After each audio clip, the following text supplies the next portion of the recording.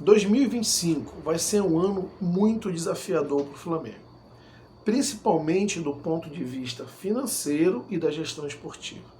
Não, o Flamengo não está em mais lençóis, nem endividado, mas o Flamengo tem compromissos importantes em 2025. Primeiro, o Flamengo gastou 50% a mais do que havia planejado em termos de orçamento em contratações. Ok, isso passou pelo Conselho Deliberativo, foi aprovado, houve uma razão para tal, que foi o excesso de contusões. Isso já aconteceu em outro ano, como 2020, onde a gente compensou em 2021. Mas o Flamengo precisa ter a consciência e responsabilidade que o ano 2025 ele precisa compensar esses gastos extraordinários em 2024. E mais do que isso, a consciência que tem um estádio para construir.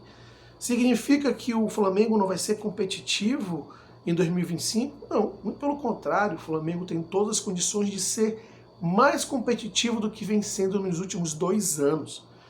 E é sobre isso que nós vamos falar. Mas antes de seguir com esse vídeo, eu peço sua ajuda para que se inscreva no canal, é muito importante para que o canal siga crescendo, que você deixe o seu like para que o YouTube possa entender esse conteúdo como relevante e entregar esse vídeo para um número maior de pessoas. Claro, comente aqui se você gostou ou não gostou do que foi abordado, se você concorda ou não. O importante é interagir e compartilhe esse vídeo com o maior número possível de pessoas. Voltando ao tema do vídeo, o Flamengo em 2025, por uma série de razões e contexto, ele não vai ter a mesma capacidade de investimento que teve nos anos anteriores. Isso se o Flamengo quiser continuar na sua jornada de responsabilidade fiscal e financeira, sendo um clube saudável, um clube sólido, um clube sempre constante em termos de competitividade no mais alto nível. Isso, como já disse, porque o Flamengo teve que extrapolar os gastos em contratações esse ano de 2024 em relação ao que havia sido previsto, tudo autorizado, mas precisa compensar já em 2025 para as contas ficarem bem ajustadas. Não significa que o Flamengo está devendo alguém ou aumentou o endividamento. Aumentou seus compromissos dentro da sua capacidade de pagamento e precisa priorizar, honrar, para depois estar folgado como estava. O Flamengo sempre teve superávites nos últimos anos e precisa continuar trabalhando com essa margem, ou melhor, precisa aumentar a sua margem, tendo em vista que tem um estádio para construir. Agora, o ponto que se discute. Então, quer dizer que o Flamengo não vai ter a mesma capacidade de contratação, portanto, vai ser menos competitivo? Errado. E é esse o ponto-chave. O Flamengo não deve contratar como fez em 2024. Tem que segurar aí. Mas precisa ter mais assertividade na sua gestão esportiva. Olha só, Palmeiras não contrata, se você for pegar a média, 1/3 do que o Flamengo contrata. O Palmeiras não contrata nos últimos anos. O Palmeiras trabalha muito bem a base, tem uma estrutura muito bem estabelecida, com jogadores cascudos, jogadores acostumados a ganhar títulos, e você vai inserindo 1, 2, 3 garotos ali. Com essa estrutura, esses garotos conseguem se desenvolver melhor e entregar resultados para o time. Veja aí o Estevão agora, o próprio Hendrick, que saiu faz pouco tempo, foi para o Real Madrid, entre outros jogadores da base do Palmeiras. Eu te pergunto, a base do Palmeiras é melhor que a do Flamengo? De forma alguma, eu acho sim que é uma base de excelência, mas não melhor que a do Flamengo. Vamos lembrar que a base do Flamengo foi campeão sul-americano da Libertadores, ganhando do Boca na final, e depois foi campeão mundial no Maracanã, esse ano ainda, com o Felipe Luiz. E é esse o X da questão. O Flamengo precisa trabalhar, ao invés de buscar no mercado jogadores mais ou menos, por que não trabalhar na base? Peças importantes. O Flamengo tem uma base que foi campeã mundial agora. E a gente viu o Everton Araújo entrando com devido apoio, da maneira correta, aos poucos, primeiro como reserva, entra no segundo tempo e acabando virando titular, fazendo partidas, poxa, muito bacanas. Destaque mesmo, sendo considerado um dos destaques do Flamengo nos jogos finais da Copa do Brasil. Esse é um exemplo que eu quero trazer para a discussão, porque o Flamengo tem outros jogadores importantes agora, ganhou do Cuiabá com 2 gols de jogadores da cria, da base.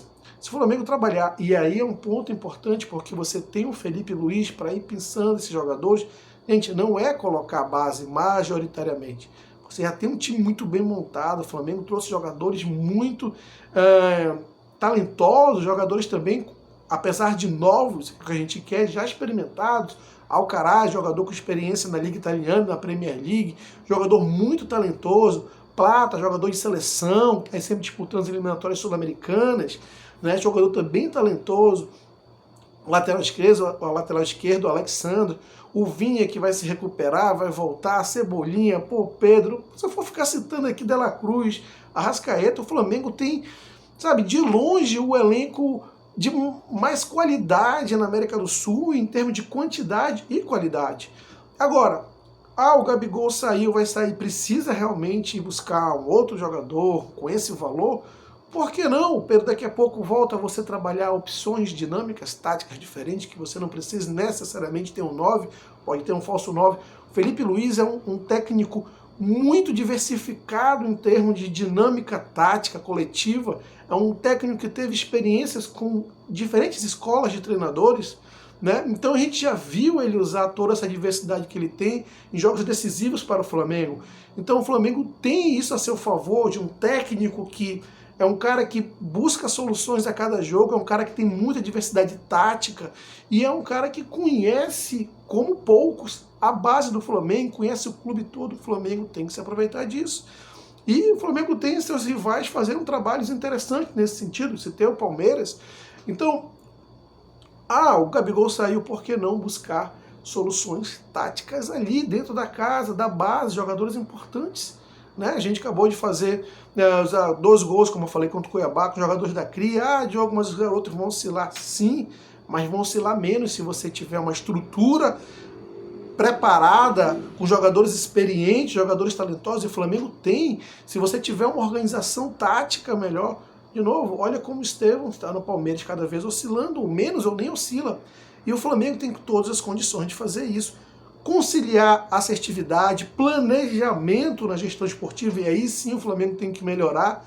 E claro, ter um time competitivo disputando lá no topo, sendo protagonista do Campeonato Brasileiro, como já há algum tempo não é, sendo agora com Felipe Luiz, poxa, com um elenco maravilhoso nas mãos e uma categoria da base campeã mundial, e principalmente se mantendo do ponto de vista financeiro sólido e cada vez mais prosperando, cada vez com uma maior capacidade de investimento, porque nós vamos passar pelos próximos 3 anos, 5 anos, onde vai ter uma necessidade de injetar dinheiro no estádio. Não se iludam com essas soluções maravilhosas e fantásticas. O Flamengo vai ter sim que ter algum tipo de restrição e investimento no futebol para construir seu estádio sem nenhum endividamento, sem antecipação de receita.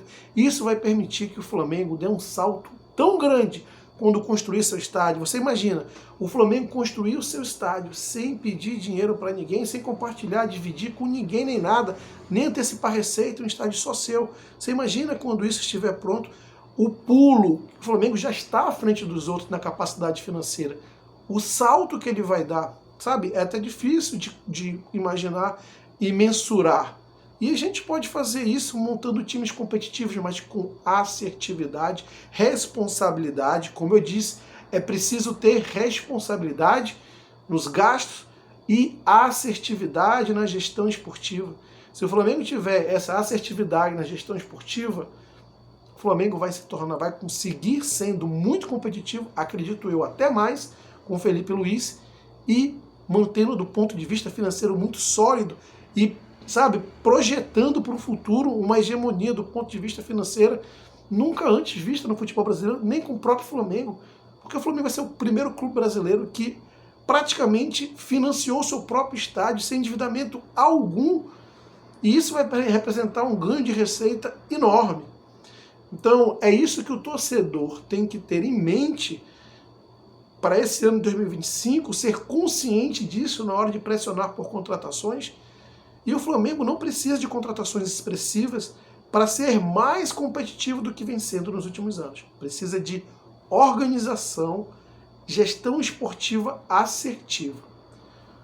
E isso combinado com a responsabilidade financeira que precisa ter, seguir tendo, o Flamengo seguramente vai se descolar cada vez mais E eu diria até puxar o futebol brasileiro como já vem puxando, desde 2019, principalmente dentro de campo, com o que o Jorge Jesus apresentou, mas também fora de campo, os clubes mirando o que o Flamengo fez e cada vez tentando seguir o exemplo.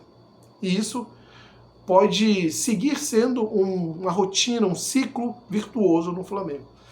E é isso que eu espero e acredito. Mas eu quero saber a sua opinião a respeito, então deixa aqui seus comentários, compartilhe esse vídeo com seus amigos, se inscreva no canal, deixe o like.